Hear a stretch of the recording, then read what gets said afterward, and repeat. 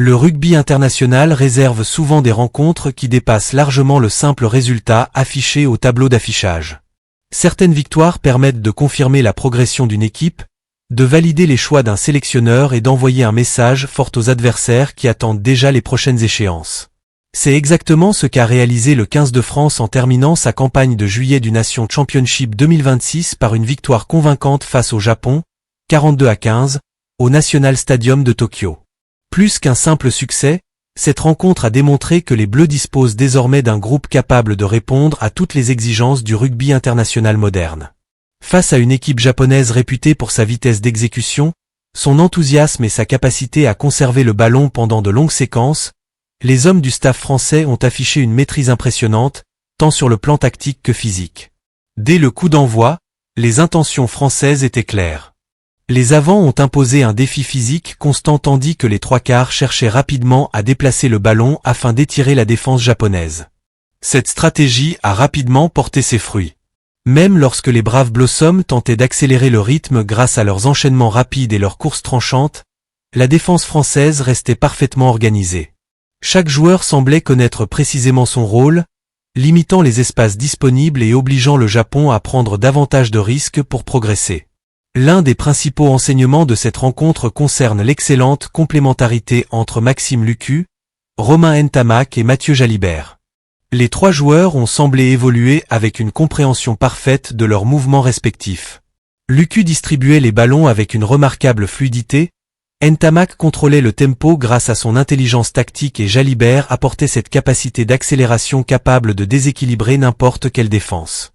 À plusieurs reprises, cette association a permis aux Bleus de franchir la ligne d'avantage avant même que les défenseurs japonais ne puissent réorganiser leur rideau défensif. Dans le secteur des avants, la domination française s'est construite progressivement. Les touches étaient propres, les mauls pénétrants parfaitement organisés et les rucks rapidement sécurisés. Cette qualité de conquête a offert des ballons rapides aux lignes arrières, permettant aux Français de conserver une pression permanente sur leurs adversaires. Le pack tricolore a également démontré une grande discipline, évitant les fautes inutiles qui auraient pu offrir au Japon des occasions de revenir dans la rencontre. Jefferson Poirot a vécu une soirée plus délicate que certains de ses partenaires. Le pilier gauche a rencontré plusieurs difficultés en mêlée fermée, concédant des décisions favorables aux Japonais. Sur une action importante, un plaquage manqué a également permis au Japon de trouver une ouverture près de l'embut français. Malgré ces moments compliqués, son engagement est resté total jusqu'à son remplacement, preuve de son expérience et de son investissement au service du collectif. À l'inverse, Maxime Lamotte a confirmé son excellente forme actuelle. Le talonneur français a parfaitement dirigé les alignements en touche, offrant une plateforme stable à son équipe pendant toute la rencontre. Très actif dans le jeu courant, il a également multiplié les interventions défensives avant d'être récompensé par 2 essais qui ont concrétisé la domination française. Son activité permanente autour des zones de combat a constamment mis la défense japonaise sous pression. Régis Montagne a lui aussi livré une prestation très solide. Le pilier droit s'est montré efficace en mêlée, obtenant plusieurs pénalités précieuses grâce à sa puissance et à sa technique. Mais son influence ne s'est pas arrêtée à cette phase de jeu. Très disponible dans le jeu courant, il a participé aux séquences offensives tout en assurant un travail défensif particulièrement appliqué. Sa mobilité a permis aux Bleus de conserver un rythme élevé malgré l'intensité physique du match. En deuxième ligne, Florian Verhaeghe a assuré un travail discret mais essentiel. Solide en touche, précieux dans les contre-mauls et toujours disponible dans les tâches obscures, il a apporté l'équilibre nécessaire au collectif avant de quitter la pelouse à la mi-temps. Son remplacement n'enlève rien à l'importance de son travail pendant les 40 premières minutes. À ses côtés, Emmanuel Mifou a une nouvelle fois démontré toute sa puissance. Chaque prise de balle du deuxième ligne français obligeait plusieurs défenseurs japonais à intervenir simultanément. Sa capacité à avancer après le contact créait régulièrement des espaces pour les soutiens français. Défensivement, il a également impressionné par son activité, enchaînant les plaquages et les interventions décisives avec une remarquable constance. Son impact physique a progressivement pesé sur les avants japonais qui ont eu de plus en plus de mal à répondre à cette intensité. Lenny Nushi a réalisé une prestation particulièrement intelligente. Souvent présent au bon endroit au bon moment, le troisième ligne a interrompu plusieurs attaques japonaises avant qu'elles ne deviennent réellement dangereuses. Son travail dans les zones de ruck et sa capacité à ralentir les sorties de balles ont considérablement limité les ambitions offensives des Braves Blossoms. Sa sortie sur une légère gêne physique a naturellement suscité quelques inquiétudes, mais sa performance confirme une nouvelle fois son importance grandissante au sein du groupe français. Marco Gazzotti a probablement signé son meilleur match de cette tournée. Très agressif dans les collisions, il a régulièrement remporté la ligne d'avantage et imposé sa puissance dans les phases de combat. Sa mobilité lui a également permis d'être présent aussi bien en attaque qu'en défense, offrant une énergie constante au collectif tricolore. Alexandre Rouma a connu un début de rencontre contrasté après avoir été impliqué sur l'ouverture du score japonaise. Loin de se laisser perturber, le numéro 8 français a rapidement retrouvé toute son influence. Ses courses puissantes ont régulièrement fait reculer la défense adverse et il a été récompensé par un essai qui a confirmé son excellente réaction. Son activité permanente ballon en main a largement participé à la domination territoriale des Bleus. Maxime Lucu a une nouvelle fois confirmé son rôle de véritable chef d'orchestre. Avec plusieurs transformations réussies, une gestion remarquable du rythme et un essai inscrit grâce à une lecture parfaite d'une situation près d'un ruck, le demi de mêlée a constamment donné la bonne direction à son équipe. Sa communication avec Romain Ntamak et Mathieu Jalibert semblait naturelle, chaque combinaison étant exécutée avec précision. Romain Ntamak, fidèle à son style, n'a pas cherché à multiplier les gestes spectaculaires.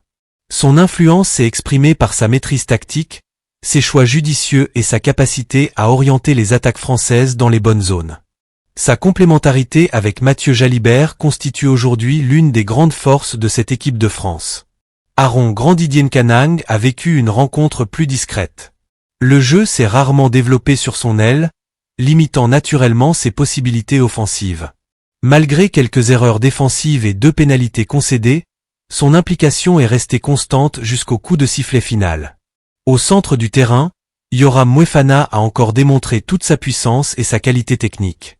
Capable de casser plusieurs plaquages et d'effectuer des passes après contact parfaitement dosé, il a largement contribué à plusieurs mouvements offensifs français.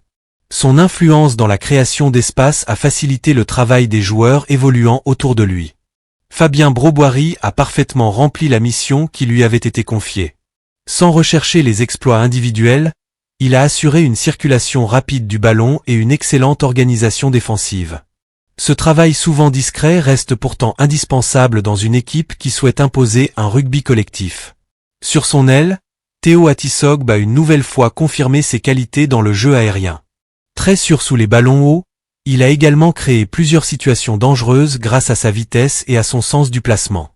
Sa participation à l'un des essais français illustre parfaitement sa capacité à rester disponible jusqu'au bout des actions. Enfin, Mathieu Jalibert a probablement été l'un des hommes du match. Malgré un carton jaune qui constitue la seule véritable ombre de sa prestation, l'arrière français a constamment mis la défense japonaise sous pression. Ses accélérations, ses changements d'appui et sa vision du jeu ont créé de nombreux déséquilibres.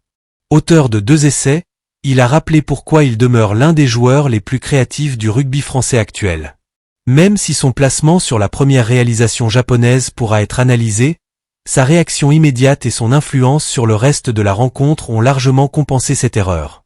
Les remplaçants ont également apporté leur contribution.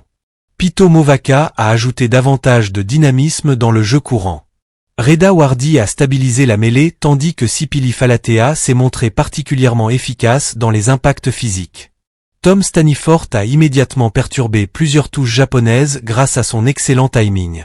Paul Graou a effectué une entrée encourageante pour sa première apparition internationale, affichant beaucoup d'envie malgré un match déjà largement maîtrisé par les Bleus. Calvin Gourgue a apporté de la vitesse dans les derniers instants tout en restant solide défensivement. Hugo Oradou et Kylian Tixeron ont connu une entrée plus discrète, mais leur engagement est resté total jusqu'au coup de sifflet final. Au terme de cette victoire, le sentiment dominant est celui d'une équipe de France qui progresse semaine après semaine.